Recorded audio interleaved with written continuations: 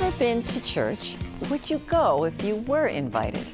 That's the point of a new international campaign called Back to Church Sunday. So Sheila, what do you conclude when you see the skepticism people have about investigating Christianity? I am not surprised. In fact, I can understand where people are coming from when they are very skeptical. But I think it's a great opportunity then to use that skepticism to propel them forward to consider faith issues. So questions are good? Questions are always good. A journalist and editor who's worked for the most prestigious publications in the country, Charles was used to seeking expert opinions. I called a Christianity hotline, if you can believe this. Guy said, do two things. He said, get a copy of C.S. Lewis's Mere Christianity, and he said, find an Alpha course. So I found an Alpha course. There is nothing in the law that would prevent the owners from opening a mosque within the existing building. This is an issue of human discretion. This is an issue of exercising your rights in good taste. St. Peter's Church here at one time was prohibited from being constructed. There was a time when Catholic priests were arrested and Catholics were not allowed to practice their faith in New York City. That was the 1700s. Aren't you afraid of the violence this is starting to stir up? The anger? I'm more afraid of if it gets built, our status on the world stage.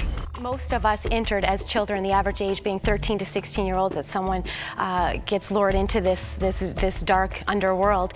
And so when does it become a choice? When they turn of age? When it's all that you've ever known, it's what you've been raised by, you believe that it's your choice. You tell yourself it's a choice in order to survive what you're doing. As much as we can do a lot for ourselves and for others, we have to depend on God to give us direction at times, because we're human and we run into challenges. And I tell you, if you don't have a faith in God, I don't know what you look to, because you got nothing to fall back on.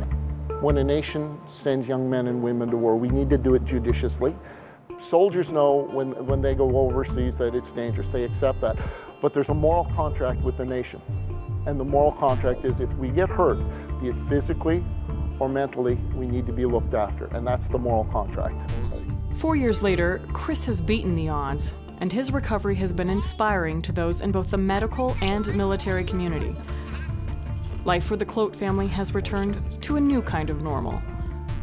Chris is still actively serving in the military in a role that uses his mind more than his body. Still adapting, still accepting. Those things take time. Was it all worth it? Oh, absolutely. Yes, absolutely, 100% it was worth it. Freedom isn't free, it really isn't, and you have to be able to be willing to sacrifice for it.